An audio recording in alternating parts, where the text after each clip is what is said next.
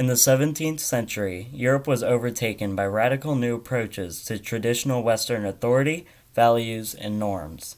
This collection of new ideas, theories, books, laws, art, and revolutions manifested itself in what is now known as the Enlightenment Period, arguably one of the most important events in human history. The Enlightenment, also known as the Age of Reason, began in Western Europe, specifically England and France. This included the Scientific Revolution, which produced thinkers such as Isaac Newton, who wrote the Principia Mathematica, I hope I pronounced that right, which greatly expanded our understanding of the universe. Just as important was the political and metapolitical influence of the Enlightenment. Around the time Newton published his work, John Locke, an English philosopher who is sometimes called the father of the Enlightenment, created Essay Concerning Human Understanding. This work is, as it sounds, about human knowledge, understanding, and reason. It also laid out blank slate theory, the idea that man is shaped entirely by their experiences and not by anything biological or hereditary. Locke also wrote two treatises of government, a writing which outlines his idea that man is fundamentally good and that all men are created equal. He believed a representative democracy to be the best form of government, conflicting with the traditional idea of monarchy, aristocracy, and polity. On the opposite end of the spectrum was Thomas Hobbes. A fellow Englishman, Hobbes believed that man was fundamentally evil and required society and a strong central government to contain man's evil. He wrote Leviathan, a book which advocated for these ideas. Hobbes also favored absolute monarchy over other forms of government, including traditional monarchies. The Enlightenment movement then spread to France. One philosopher of France during this time was Jean-Jacques Rousseau, who was very extreme, even for our times. Similarly to Locke, Rousseau believed that man was fundamentally good, but was enslaved by societal norms. He believed the only just form of government was a completely democratic government that was widely accepted by the people. The idea of a social contract was very popular among Enlightenment thinkers, including Locke and Hobbes, but Rousseau was the first one to actually coin the term when he wrote social contract.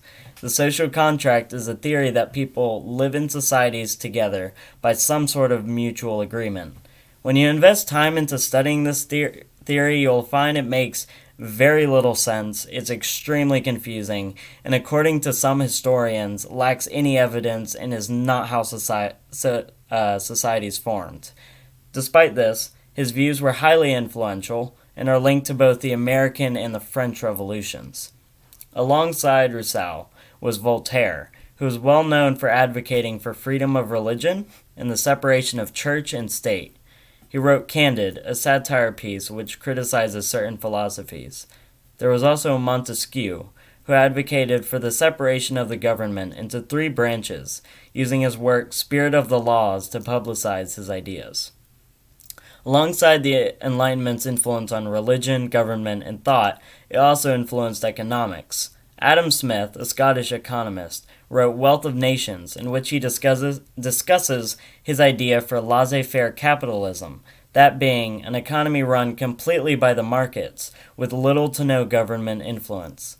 If everything that I've just said in this video sounds familiar, it should. The Enlightenment greatly influenced America, especially the ones who are in control of society. Running on the ideals of the Enlightenment, the American War of Independence began, where the Founding Fathers used Enlightenment theories on government and economy to craft American society. Thomas Jefferson basically plagiarized John Locke, rewriting what Locke said almost word for word in the Declaration of Independence. There's also the U.S. Constitution, which combines the ideas of limited government, God-given rights, separation of church and state, etc. There was also the U.S. What was it called? There was, in between the Constitution and the Declaration of Independence, we had our first Constitution. Of course, I'm forgetting what it was called, but it basically believed in a government that was so limited, at least a central government that was so limited, that the states had the authority to just do whatever they want. So when the United States was founded, it wasn't really one country per se. It was more like a union, like that of the European Union. It was the Articles of Confederation. That was the name of it. Just came to me. Uh, Anyways, moving on. The Enlightenment also produced Freemasonry, which many were drawn to because it was based on Enlightenment liberalism, including figures such as George Washington, Benjamin Franklin, Mozart, etc. This group had a lot of influence on Western society and were the main propagators of the American and French revolutions and the liberalization of the West.